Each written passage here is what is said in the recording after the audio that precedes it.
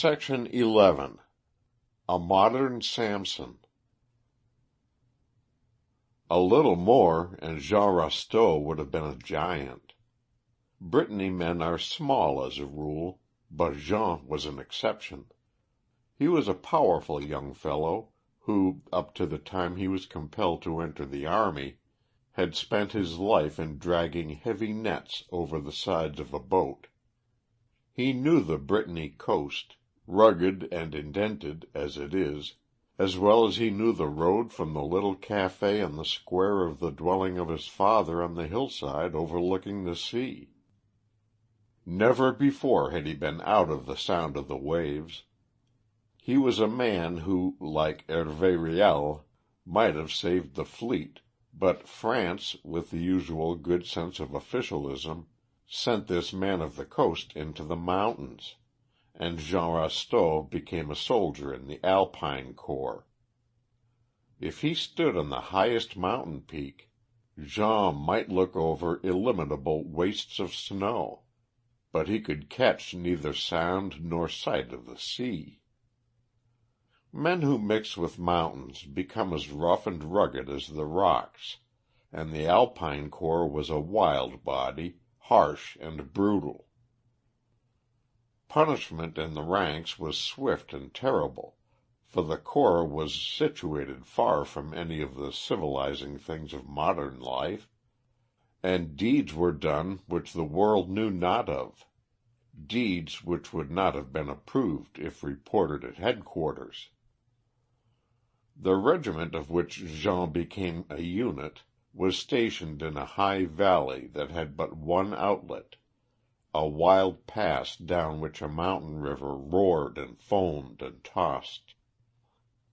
The narrow path by the side of this stream was the only way out of or into the valley, for all around the little plateau was walled in by immense peaks of everlasting snow, dazzling in the sunlight, and luminous even in the still dark nights. From the peaks to the south Italy might have been seen, but no man had ever dared to climb any of them. The angry little river was fed from a glacier whose blue breast lay sparkling in the sunshine to the south, and the stream circumnavigated the enclosed plateau as if trying to find an outlet for its tossing waters. Jean was terribly lonely in these dreary and unaccustomed solitudes. The white mountains awed him, and the mad roar of the river seemed but poor compensation for the dignified measured thunder of the waves on the broad sands of the Brittany coast. But Jean was a good-natured giant, and he strove to do whatever was required of him. He was not quick at repartee, and the men mocked his Breton dialect. He became the butt for all their small and often mean jokes, and from the first he was very miserable, for added to his yearning for the sea, whose steady roar he heard in his dreams at night, he felt the utter lack of all human sympathy.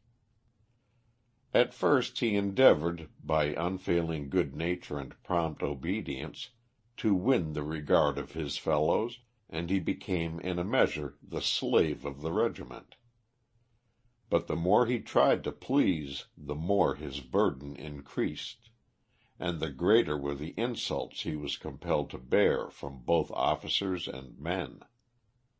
It was so easy to bully this giant, whom they nicknamed Samson, that even the smallest men in the regiment felt at liberty to swear at him or cuff him if necessary. But at last Samson's good nature seemed to be wearing out. His stock was becoming exhausted, and his comrades forgot that the Bretons for hundreds of years have been successful fighters, and that the blood of contention flows in their veins. Although the Alpine Corps, as a general thing, contain the largest and strongest men in the French army, yet the average French soldier may be termed undersized, when compared with the military of either England or Germany. There were several physically small men in the regiment, and one of these, like a diminutive giant, was Sampson's worst persecutor. As there was no other man in the regiment whom the giant could bully, Sampson received more than even he could be expected to bear. One day the gnat ordered Sampson to bring him a pail of water from the stream, and the big man unhesitatingly obeyed. He spilled some of it coming up the bank, and when he delivered it to the little man, the latter abused him for not bringing the pail full, and as several of the larger soldiers, who had all in their turn made Sampson miserable, were standing about, the little man picked up the pail of water and dashed it into Sampson's face. It was such a good opportunity for showing off before the big men, who removed their pipes from their mouths and laughed loudly as Sampson, with his knuckles, tried to take the water out of his eyes. Then Sampson did an astonishing thing. "You miserable little insignificant rat," he cried. "I could crush you, but you are not worth it. But to show you that I am not afraid of any of you, there and there." As he said these two words with emphasis, he struck out from the shoulder, not at the little man, but at the two biggest men in the regiment, and felled them like logs to the ground. A cry of rage went up from their comrades, but bullies are cowards at heart, and while Sampson glared around at them, no one made a move. The matter was reported to the officer, and Sampson was placed under arrest. When the inquiry was held the officer expressed his astonishment at the fact that Sampson hit two men who had nothing to do with the insult he had received, while the real culprit had been allowed to go unpunished. "They deserved it," said Sampson sullenly, "for what they had done before. I could not strike the little man. I should have killed him." "Silence!" cried the officer. "You must not answer me like that."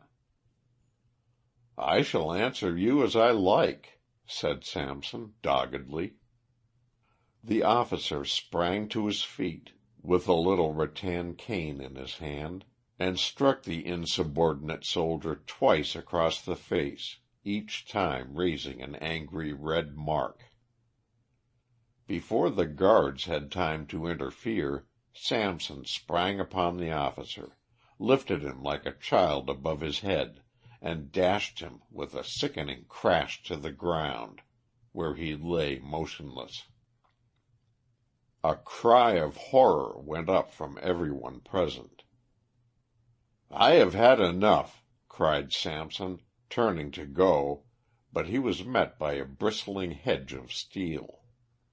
He was like a rat in a trap. He stood defiantly there, a man maddened by oppression, and glared around helplessly. Whatever might have been his punishment for striking his comrades, there was no doubt now about his fate. The guard house was a rude hut of logs situated on the banks of the roaring stream. Into this room Sampson was flung, bound hand and foot, to await the court-martial next day. The shattered officer, whose sword had broken in pieces under him, slowly revived and was carried to his quarters. A sentry marched up and down all night before the guard-house. In the morning, when Sampson was sent for, the guard-house was found to be empty. The huge Breton had broken his bonds, as did Sampson of old. He had pushed out a log of wood from the wall, and had squeezed himself through to the bank of the stream. There all trace of him was lost.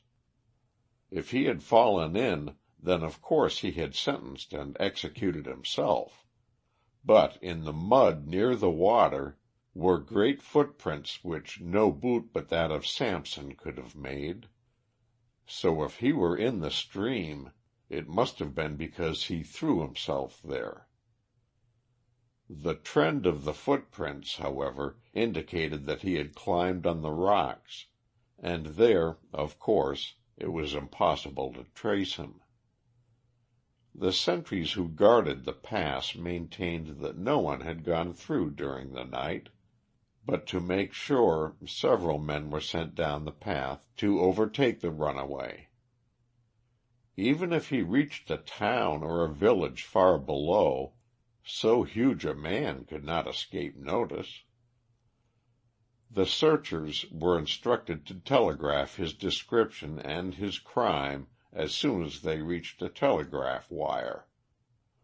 It was impossible to hide in the valley, and a rapid search speedily convinced the officers that the delinquent was not there.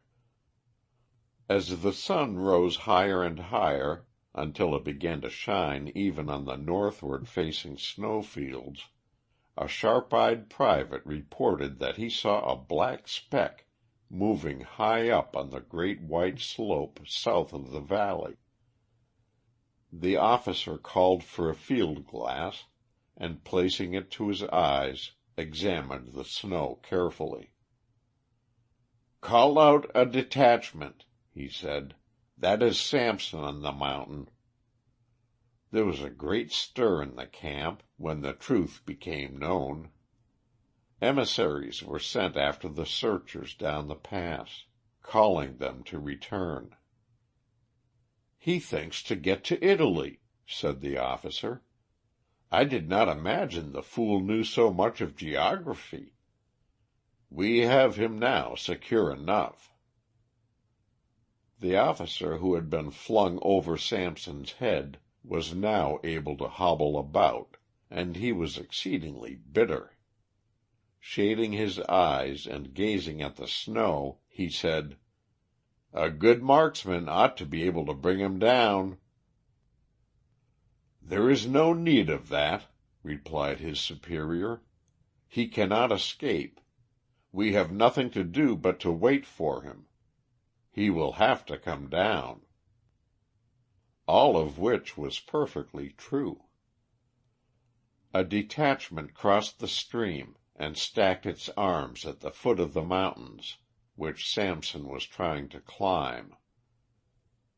There was a small level place a few yards wide between the bottom of the hill and the bank of the raging stream. On this bit of level ground the soldiers lay in the sun and smoked, while the officers stood in a group and watched the climbing man going steadily upward. For a short distance up from the plateau there was stunted grass and moss, with dark points of rock protruding from the scant soil. Above that again was a breadth of dirty snow, which, now that the sun was strong, sent little trickling streams down to the river. From there the long ridge of the mountain extended upwards, the vast smooth slope of virgin snow, pure and white, sparkling in the strong sunlight as if it had been sprinkled with diamond dust. A black speck against this tremendous field of white, the giant struggled on, and they could see by the glass that he sunk to the knee in the softening snow. "Now," said the officer, "he is beginning to understand his situation." Through the glass they saw Sampson pause. From below it seemed as if the snow were as smooth as a sloping roof, but even to the naked eye a shadow crossed it near the top. That shadow was a tremendous ridge of overhanging snow, more than 100 feet deep, and Sampson now paused as he realized that it was insurmountable. He looked down and undoubtedly saw a part of the regiment waiting for him below. He turned and plodded slowly under the overhanging ridge until he came to the precipice at his left. It was 1,000 feet sheer down. He retraced his steps and walked to the similar precipice at the right. Then he came again to the middle of the great T which his footmarks had made on that virgin slope. He sat down in the snow. No one will ever know what a moment of despair the Breton must have passed through when he realized the hopelessness of his toil. The officer who was gazing through the glass at him dropped his hand to his side and laughed. "The nature of the situation," he said, "has at last dawned upon him. It took a long time to get an appreciation of it through his thick Breton skull." "Let me have the glass a moment," said another. "He has made up his mind about something." The officer did not realize the full significance of what he saw through the glass. In spite of their conceit, their skulls were thicker than that of the persecuted Breton fishermen. Sampson for a moment turned his face to the north and raised his face towards heaven. Whether it was an appeal to the saints he believed in, or an invocation to the distant ocean he was never more to look upon, who can tell? After a moment's pause, he flung himself headlong down the slope towards the section of the regiment which lounged on the bank of the river. Over and over he rolled, and then in place of the black figure there came downwards a white ball, gathering bulk at every bound.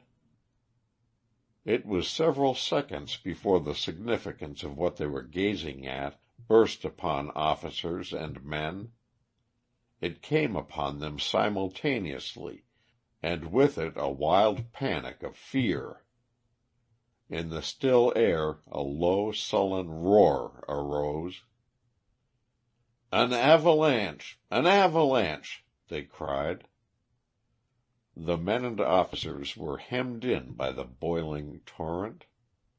Some of them plunged in to get to the other side, but the moment the water laid hold of them, their heels were whirled into the air, and they disappeared helplessly down the rapids. Sampson was hours going up the mountain, but only seconds coming down. Like an overwhelming wave came the white crest of the avalanche, sweeping officers and men into and over the stream, and far across the plateau. There was one mingled shriek which made itself heard through the sullen roar of the snow, then all was silence. The hemmed-in waters rose high, and soon forced its way through the white barrier. When the remainder of the regiment dug out from the debris the bodies of their comrades, they found a fixed look of the wildest terror on every face except one. Sampson himself, without an unbroken bone in his body, slept as calmly as if he rested under the blue waters on the coast of Brittany. End of section 11.